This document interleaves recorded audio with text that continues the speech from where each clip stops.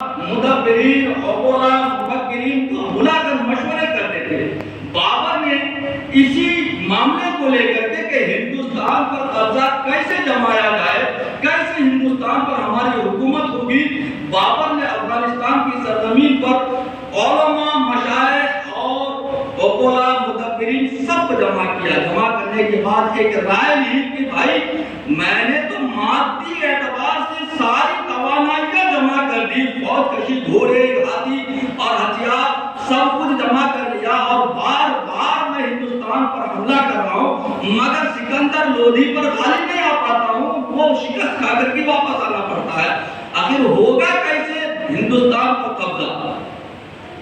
انہی میں سے ایک صاحب قوم و فراست, انہوں نے کہا کہ ایسا ہے اب مادی طاقت سے ہم ہندوستان پر قبضہ نہیں کر سکتے. ایک طریقہ ہے, ہندوستان میں ایک عظیم شخصیت ہے جنہیں حضرت سید اسد الدین آفتاب ہند ظفر آبادی کہا جاتا ہے, جونپور شریف سے بالکل قریب میں ظفر آباد. وہ ایک عظیم شخصیت ہے اور بڑے مستجاب الدعوات ہیں, جن کے لیے جو دعا کر دیتے ہیں اللہ اسے قبول فرما لیتا ہے. اگر ان سے دعا کرا دی جائے تو ممکن ہے اور اللہ رب العزت کی ذات سے امید ہے کہ آپ کو ہندوستان پر فتح عطا فرما دے گا. بادشاہ کو اس مدبر کی رائے بہت پسند آئی اور پھر انہوں نے تیاری کر لی ہندوستان کی. تو دیکھیے بادشاہوں کا طریقہ یہ ہوتا ہے کہ بڑے کر و فر کے ساتھ میں, اعلیٰ لشکر کے ساتھ میں وہ کہیں پر جاتے ہیں, لیکن وہ بادشاہ تھے, سمجھدار تھے, اور جو جتنا بڑا ہوتا ہے ویسے ہی ان کی سمجھ بھی بڑی ہوتی ہے, ان کا ظرف بڑا وسیع ہوتا ہے. بادشاہ اکبر, یہ بادشاہ بابر یہ سمجھ گیا کہ جب مجھے حضرت سید اسد الدین آفتاب ہند ظفر آبادی سے دعا کرانی ہے تو میں اگر وقت کا بادشاہ ہوں لیکن وہاں جانا ہے تو ایک فقیر کی حیثیت سے جانا ہے. وہ ہمارے شہنشاہ ہوں گے, میں ان کا بھکاری ہوں گا. یہ تصور لے کر, یہ خیال لے کر بادشاہ نے بغیر کسی آلہ و لشکر کے ایک فقیرانہ لباس میں بھیس بدل دیا اور چلے افغانستان سے ہندوستان ایودھیا پہنچے حضرت سید اسد الدین آفتاب ہند ظفر آبادی کی بارگاہ میں. اور اس وقت میں حضور سید موسیٰ سلطان العاشقین بھی وہاں جلوہ افروز جو آپ کے مرید و خلیفہ ہے. سماعت الاخیار میں تو تذکرہ یہ آیا ہے کہ حضرت سید اسد الدین آفتاب ہند ظفر آبادی سے دعا کرائی گئی, لیکن دیوان پانی میں نے مطالعہ یہ کیا کہ حضرت میر سید موسیٰ سلطان العاشقین سے دعا کرائی گئی. بہرحال دونوں پیر و مرید جلوہ افروز تھے. بابر آیا, عرض گزار ہوئے حضور میں افغانستان کا بادشاہ ہوں, لیکن اور کئی بار میں نے ہندوستان پر حملے کیا, مجھے فتح نہیں مل رہی, سکندر لودھی سے میں شکست کھا جاتا ہوں. آپ ایک بار دعا کر دیجیے کہ مجھے ہندوستان پر فتح مل جائے اور میں ہندوستان کا بادشاہ بن جاؤں. کہا کہ اگر میں دعا کر دوں تو میں دعا کر دیتا ہوں, تم مسجد بنوا دیں. کہا حضور بنوا دوں گا.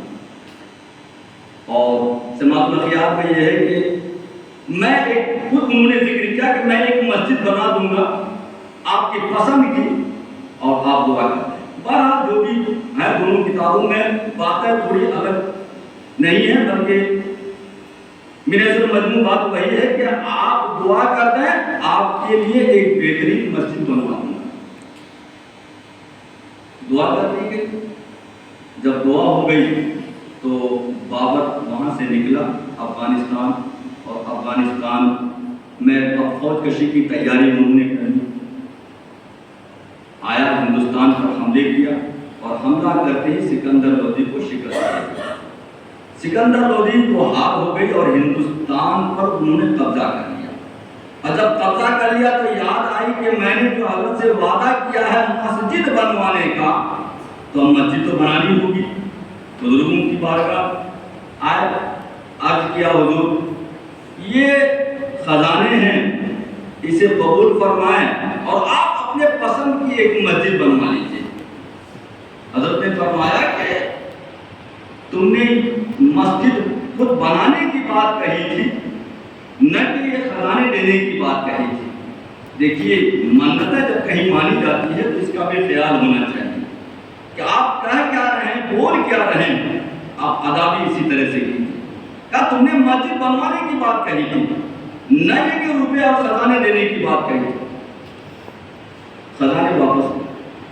پھر بابر نے اپنے خاص وزیر جنہیں میر باقر کہا جاتا ہے، جو عقیدتاً شیعہ تھا، اس میر باقر کے حوالے کیا کہ حضرت کی پسند کی ایک مسجد تعمیر کر دو۔ اس نے جو مسجد تعمیر کی اسی مسجد کا نام ہے بابری مسجد۔ اور یہی وجہ ہے کہ شیعہ حضرات، چونکہ وزیر میر باقر جو ہے وہ شیعہ ہی تھا، ان کا اپنا طرف سے ایک دعویٰ رہتا ہے کہ یہ ہماری مسجد ہے۔ کہنا یہ ہے کہ حضور میر سید موسیٰ سلطان العاشقین قدس سرہ العزیز کی وہ ذات